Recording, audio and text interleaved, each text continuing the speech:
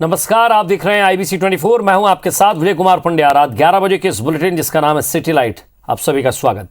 लोकसभा में आज ओबीसी से संबंधित संविधान संशोधन विधेयक को मंजूरी दे दी गई। इस बिल में राज्यों को ओबीसी लिस्ट बनाने का अधिकार दिया गया है। आपको बता दें कि बिल पेश किए जाने के साथ ही विपक्षी दलों ने कहा था कि हम इस बिल पर चर्चा करना चाहते और समर्थन करते हैं। बिल के पक्ष में 385 वोट पड़े और विरोध में एक भी वोट नहीं गया। इस दौरान आरएसपी के NK प्रेमचंद्रन और शिवसेना के विनायक राउत के संशोधन को सदन ने अस्वीकार कर दिया। नियम के अनुरूप संविधान संशोधन विधेयक के रूप में इसे सदन की कुल सदस्यों की संख्या के बहुमत द्वारा या सभा में उपस्थित और मत देने वाले सदस्यों के कम से कम 2/3 बहुमत से पारित होना जरूरी था। निचले सदन में सामाजिक न्याय और अधिकारिता मंत्री डॉक्टर वीरेंद्र कुमार ने ओबीसी संशोधन बिल पर चर्चा का जवाब देते हुए कहा कि सदन में इस संविधान संशोधन के पक्ष में सभी दलों के सांसदों से मिला समर्थन स्वागत योग्य है। कल इस बिल को राज्यसभा में पेश किया जाएगा।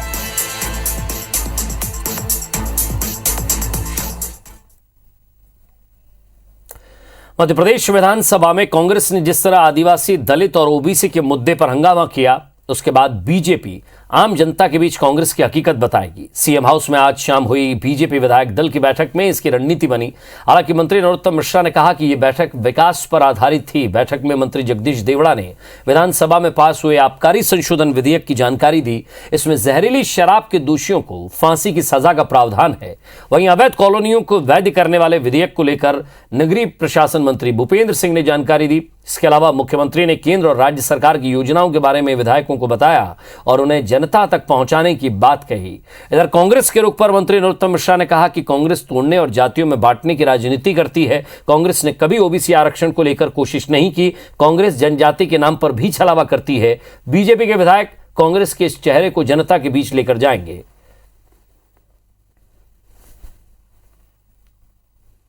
जातियों में बांटने की राजनीति कांग्रेस करती है।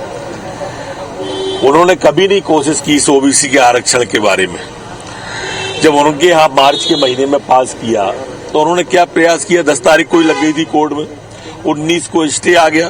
ओबीसी में भारतीय जनता पार्टी से बड़ा कौन करेगा? 3 मुख्यमंत्री बने हमारे अभी तक। मध्य प्रदेश विधानसभा का 4 दिवसीय मानसून सत्र हंगामे और शोर शराबे के 1.5 दिन में ही सिमट गया। पहले दिन आदिवासी दिवस पर छुट्टी तो दूसरे दिन ओबीसी आरक्षण और महंगाई के मुद्दे पर कांग्रेस विधायकों ने सदन में जमकर हंगामा किया। विपक्ष के हर आरोपों का जवाब सत्ताधारी बीजेपी ने दिया। उसी अंदाज में हंगामे और शोर शराबे के बीच सरकार ने कई महत्वपूर्ण विधेयकों को मंजूरी दी और अनुपूरक बजट भी पास कराया गया।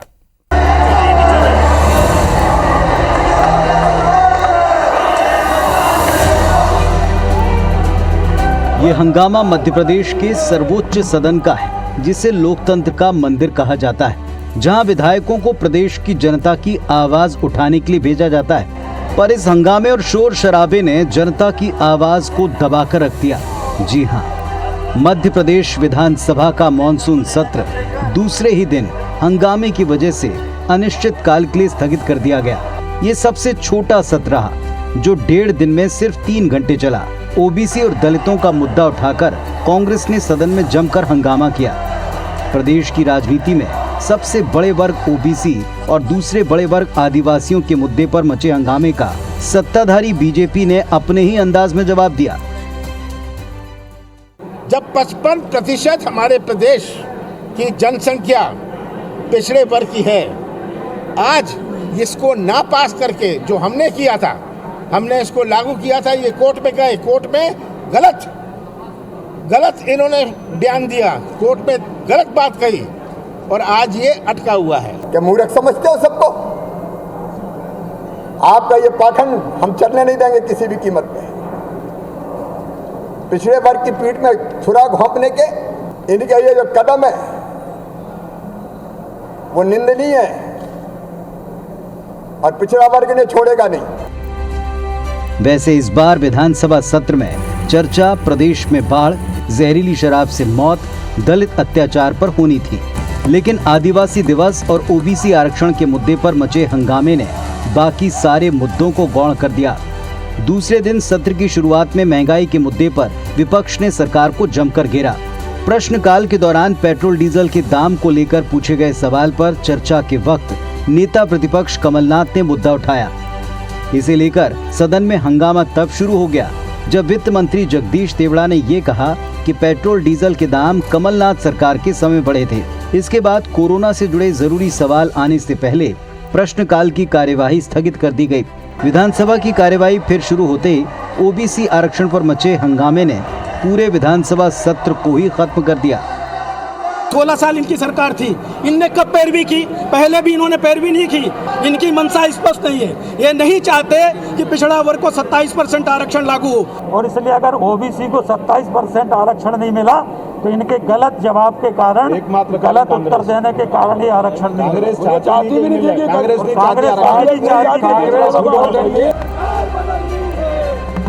वैसे तो विधानसभा का मॉनसून सत्र 12 अगस्त तक प्रस्तावित था, लेकिन सत्र के 2 दिनों में जो कुछ घटा उसे देखकर ये कहना गलत नहीं होगा कि बीजेपी और कांग्रेस ने प्रदेश की 47 आदिवासी बाहुल्य विधानसभा सीट और ओबीसी के 52% आबादी को लेकर अभी से 2023 के चुनाव की नींव रख दी है। कांग्रेस जहां इन मुद्दों को सदन से बाहर सड़क पर ले जाने की तैयारी में है, तो बीजेपी सरकार कोर्ट के जरिए खुद को इस वर्ग का सबसे बड़ा हितैषी बताते हुए कांग्रेस के खिलाफ काउंटर अटैक की तैयारी में है। लेकिन सियासी दांव-पेच के बीच सबसे बड़ा सवाल ये, इस तरह के सत्र से जनता को कितना लाभ हुआ। सुधीर दंडोतिया, IBC 24, भोपाल।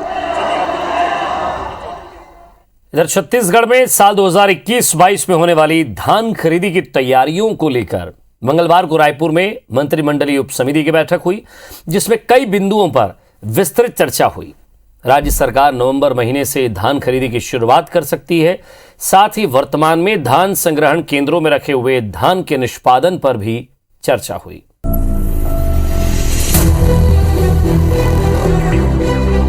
छत्तीसगढ़ में नवंबर से धान खरीदी की शुरुआत होगी। इससे पहले मंगलवार को धान खरीदी संबंधी तैयारियों को लेकर मंत्रिमंडलीय उप समिति की बैठक हुई। बैठक में वर्तमान में धान खरीदी केंद्रों में रखे धान के निष्पादन को लेकर चर्चा की गई। इसके बाद आगामी वर्ष 2021-22 के लिए धान खरीदी के बारदाने को लेकर भी चर्चा हुई। इस पर यह निर्णय हुआ कि पर्याप्त बारदाने के लिए केंद्रीय जूट कमिश्नर को पत्र लिखा जाएगा। साथ ही राज्य सरकार भी खुले बाजार से बारदाने खरीदेगी। पिछले साल छत्तीसगढ़ में 92 लाख मीट्रिक टन से भी ज्यादा धान की खरीदी हुई थी और इस साल ये आंकड़ा 1 करोड़ मीट्रिक टन पार होने की उम्मीद है। इसके लिए राज्य सरकार ने सहकारी समितियों की वर्तमान मांगों पर विचार करने की बात कही है, जिससे राज्य सरकार इतने बड़े आंकड़ों पर धान खरीदी सरलता से कर सके।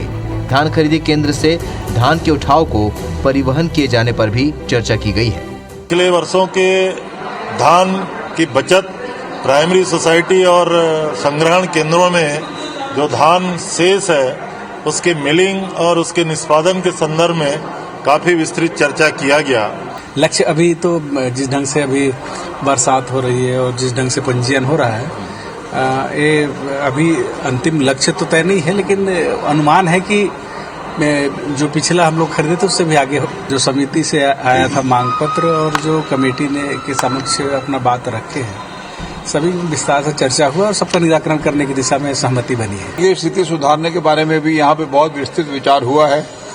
आपने जो कहा कि 72 घंटे में धान का उठाव नहीं हो पाता, ये बिल्कुल सही है और इस कठिनाई को दूर करने पर भी विचार हुआ है और इस अवधि को बढ़ाने का विचार हुआ। 2021 में धान खरीदी हुआ है, जिसमें परिवहन नहीं होने के कारण सुखद आ रही है। असामयिक वर्षा के चलते कुछ धान सब खराब हुआ है, तो मार्कफेड के द्वारा जो कमीशन राशि मिलता है इसको ना काटा जावे और प्रासंगिक व्यय सुरक्षा व्यय में जो 9 और 2 11 रुपये मिलता है इसको बढ़ाकर 30 रुपया किया जाए करके हम लोग निवेदन किए हैं।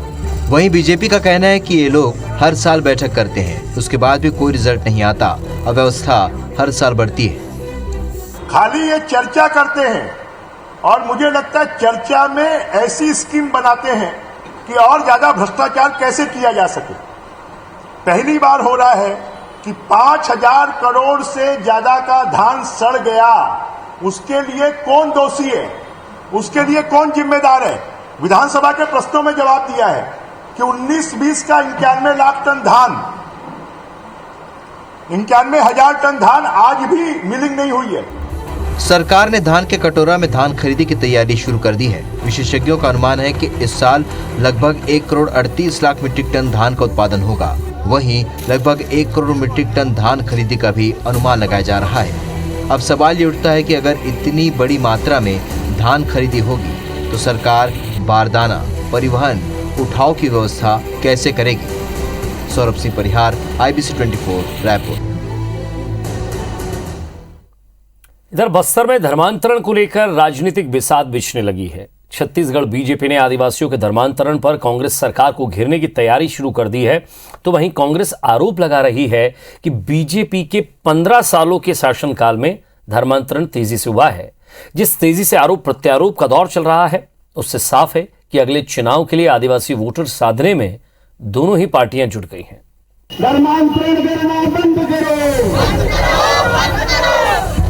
छत्तीसगढ़ के डेमोग्राफी में चेंज लाने का एक षड्यंत्र चल रहा है कि यहाँ पर बड़ी संख्या में कन्वर्जन, धर्मांतरण बहुत तेजी से इस छत्तीसगढ़ के अंदर हो रही है। धर्मांतरण बनेगा चुनावी मुद्दा। बस्तर में धर्मांतरण को लेकर बीजेपी सक्रिय। आदिवासी सेंटिमेंट का फायदा उठाने की रणनीति। बस्तर में धर्मांतरण पर सियासी घमासान जारी है। बीजेपी एसटी मोर्चा की कार्यकारिणी की बैठक में धर्मांतरण का मुद्दा छाया रहा। सरकार पर आरोप लगाते हुए बीजेपी नेताओं ने कहा कि कांग्रेस राज में छत्तीसगढ़ में कोई वर्ग अछूता नहीं है जो धर्मांतरण की जद में न आया हो। बीजेपी ने इसे डेमोग्राफी बदलने की साजिश बताया। केंद्रीय राज्य मंत्री रेणुका सिंह ने केंद्रीय गृह मंत्री अमित शाह को पत्र लिखकर छत्तीसगढ़ में हो रहे धर्मांतरण की जांच करवाने की मांग की है। बीजेपी के तेवर बता रहे हैं कि वो अगले विधानसभा चुनाव में धर्मांतरण को बड़ा मुद्दा बनाने के मूड में है। यही वजह है कि बीजेपी के सारे प्रमुख प्रकोष्ठों ने धर्मांतरण को एजेंडा बना लिया है। बीजेपी युवा मोर्चा पदयात्रा निकालकर इस बात को प्रचारित कर रहा है कि कांग्रेस राज में धर्मांतरण बढ़ रहा है। कांग्रेस सरकार के बनने के बाद से लगातार अंधविश्वास आधारित, भय आधारित, प्रलोभन आधारित धर्मांतरण राजनीतिक षड्यंत्र के तहत किया जा रहा है। सुकमा की स्थिति उसका एक जीता जागता उदाहरण है। इसका हम लोग विरोध करते हैं। पिछले दिनों धर्मांतरण के मुद्दे को लेकर गांव में टकराव की खबरें भी सामने आई। दरअसल जो लोग धर्म परिवर्तन कर आदिवासी से ईसाई बन रहे हैं, आदिवासी समाज उनके कानूनी अधिकार को खत्म करने की मांग कर रहा है। बीजेपी सरकार पर आरोप लगा रही है कि आदिवासियों के संरक्षण के नाम पर सत्ता पर काबिज हुई कांग्रेस के शासनकाल में धर्मांतरण का कुचक्र बेखौफ चल रहा है। कांग्रेस पार्टी देश के लिए काम नहीं करती है, वो सिर्फ वोट के लिए काम करती है। और वोट की राजनीति के कारण आज पूरे छत्तीसगढ़ में चाहे नक्सलवाद को भी बढ़ावा मिल रहा है, तो उनको सहयोग कौन लोग कर रहे हैं इनको मालूम है। छत्तीसगढ़ की डेमोग्राफी को, जो हमारी वनवासी आदिवासी संस्कृति है, उसको नष्ट करने का काम कोई कर रही है, तो ये कांग्रेस की सरकार कर रही है। हमारे लिए दुर्भाग्य की बात है। आज हमारे कहते हैं सुकमा जिले के एसपी इस बात के लिए अपने माथा से ये कहते हैं कि धर्मांतरण बढ़ रहा है। आज इनके पीछे आगे पीछे देख लीजिए, जितने लोग हैं वो उसी समुदाय के लोग हैं और उनको बड़ा सहम मिलता है और वो निचले स्तर पर जाकर के धर्मांतरण करते हैं। धर्मांतरण के मुद्दे पर बीजेपी के आरोपों पर सत्ता पक्ष भी जवाबी वार करने में पीछे नहीं है। 15 साल में हमारे सुकमा जिला में, खासकर मैं सुकमा जिला का बात करता हूँ, कलेक्टर से पूछा हूँ, मैं सर्वे करवाया हूँ, पहले कभी धर्मांतरण नहीं हुआ था। 15 साल में 30 चर्च बना है, अभी 2 साल में एक भी चर्च नहीं बना है। विपक्ष इस समय जो है चारों खाना चित है। यहाँ आदिवासियों का मामला जिस प्रकार से सरकार ने सुलझाया है, इनके जो मुद्दे हैं, इनके जो आरोप उनमें धार नहीं है। तो बस ये धर्मांतरण को ही पकड़ के बैठे। धर्मांतरण को क्या लगता है कि ये मुद्दा बन पाएगा छत्तीसगढ़ में? थोथा चाना बाजे घना, एक कहावत है, इनमें कोई दम नहीं है। थोड़े दिन बाद आपके सामने आ जाएगा कि धर्मांतरण अभी 2.5 साल में ज्यादा हुए कि माननीय डॉक्टर रमन सिंह जी के कार्यकाल में 15 साल में ज्यादा हुए। आंकड़े हम आपके सामने प्रस्तुत कर देंगे। कुल मिलाकर जिस तरह से धर्मांतरण के मुद्दे पर जुबानी जंग जारी है, उससे साफ है कि बस्तर में आदिवासी वोटर्स के बीच इस मुद्दे पर दोनों राजनीतिक दल अपनी स्थिति मजबूती से रखना चाहते हैं। जाहिर आने वाले दिनों में इस मुद्दे पर सियासत और गरमाएगी। जगदलपुर से नरेश मिश्रा के साथ राजेश मिश्रा, IBC 24, रायपुर। भारतीय जनता पार्टी के वरिष्ठ नेता और अल्पसंख्यक मोर्चा के छत्तीसगढ़ प्रभारी डॉक्टर सलीम राज ने पाकिस्तान में सिद्धिविनायक मंदिर में की गई तोड़फोड़ और हिंदुओं पर किए गए हमले को लेकर गहरी चिंता जताई है।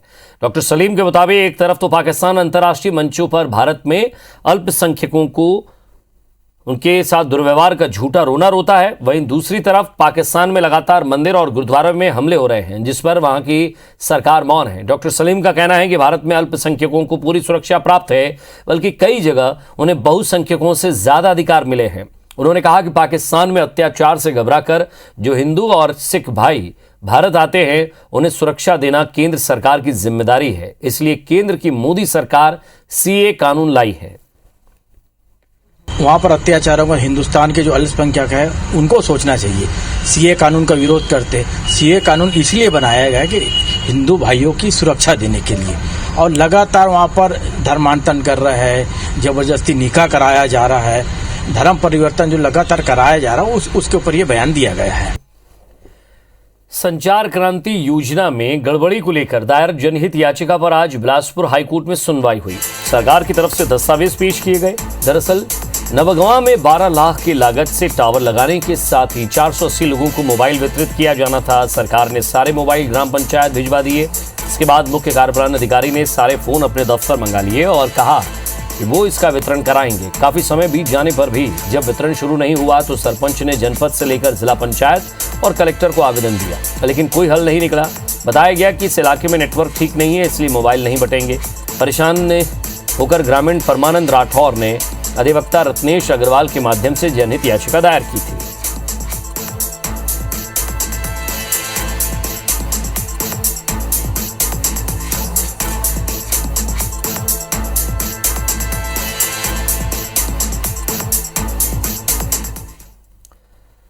राजीव भवन में आज रायपुर जिला कांग्रेस ग्रामीण कमेटी की समीक्षा बैठक हुई, जिसमें पीसीसी उपाध्यक्ष गिरीश देवांगन और जिला पदाधिकारी समेत सभी ब्लॉक अध्यक्ष मौजूद रहे। बैठक में 5 अहम एजेंडे रहे। रायपुर जिला कांग्रेस ग्रामीण कमेटी के प्रभारी राजेंद्र साहू ने कहा कि कांग्रेस नेता और कार्यकर्ता आम लोगों तक राज्य सरकार की योजनाओं को पहुंचाएंगे। हर महीने ब्लॉक स्तर पर भी बैठकें आयोजित होंगी। विपक्ष की ओर से सरकार के खिलाफ सोशल मीडिया में फैलाए जा रहे दुष्प्रचार के मुद्दे पर भी रणनीति बनी है। साथ ही पार्टी के भीतर जो नेता पार्टी विरोधी बात करते हैं उन्हें नोटिस देकर कार्रवाई की जाएगी।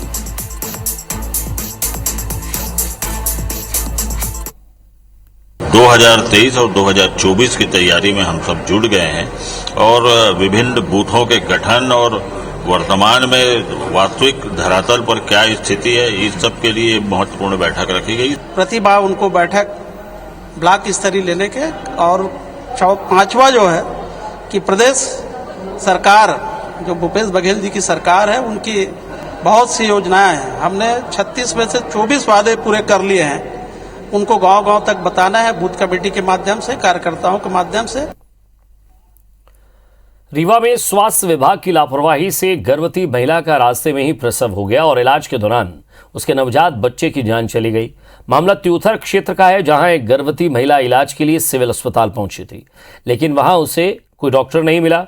महिला को मजबूरी में इलाज कराए बिना ही घर लौटना पड़ा, लेकिन इस दौरान रास्ते में ही उसका प्रसव हो गया। स्थानीय लोगों की मदद से जच्चा बच्चा को रीवा के संजय गांधी अस्पताल में भर्ती कराया गया, जहां नवजात बच्चे ने इलाज के दौरान दम तोड़ दिया।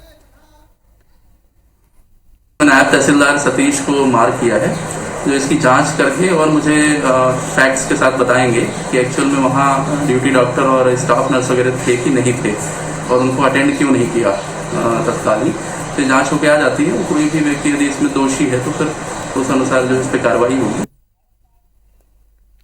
छत्तीसगढ़ प्रदेश कांग्रेस कमेटी के चिकित्सा प्रकोष्ठ के अध्यक्ष डॉक्टर राकेश गुप्ता ने NWT के माध्यम से देश भर के मेडिकल कॉलेजों में एडमिशन की प्रक्रिया के लिए समय सीमा 10 दिन और बढ़ाने की मांग की है। इसके लिए उन्होंने प्रदेश के स्वास्थ्य मंत्री TS सिंहदेव को पत्र लिखकर केंद्रीय स्वास्थ्य मंत्रालय से चर्चा कराने की मांग की है। इस पत्र में डॉक्टर राकेश गुप्ता ने बताया कि नेशनल टेस्टिंग एजेंसी NTA की ओर से नीट के माध्यम से देश भर में नर्सिंग छात्रों को एडमिशन का फैसला लिया गया, लेकिन छत्तीसगढ़ समेत देश भर में इसको लेकर भ्रम की स्थिति बनी हुई है।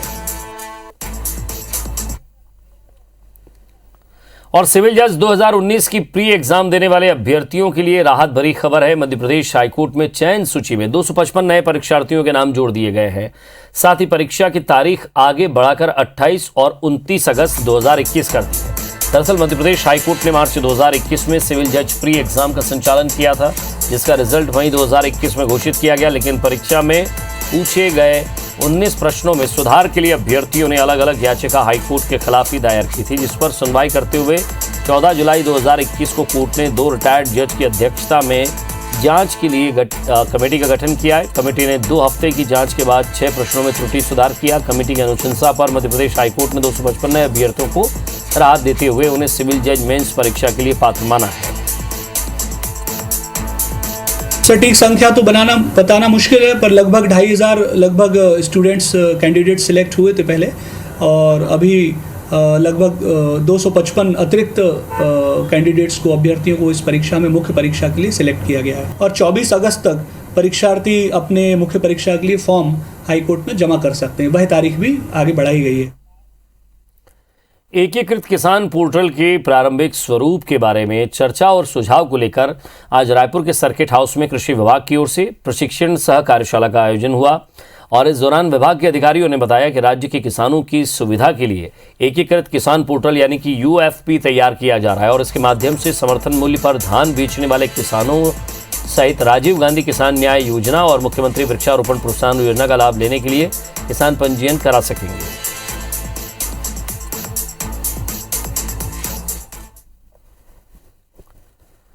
छत्तीसगढ़ में इस बार मानसून खासा मेहरबान नजर नहीं आ रहा है। प्रदेश में एक बार फिर बारिश थम सी गई है, जिसकी वजह से लगातार उमस बढ़ रही है और तापमान में बढ़ोतरी देखने को मिली है। बात करें राजधानी रायपुर की, तो यहां तापमान सामान्य से 5 डिग्री अधिक हो गया है।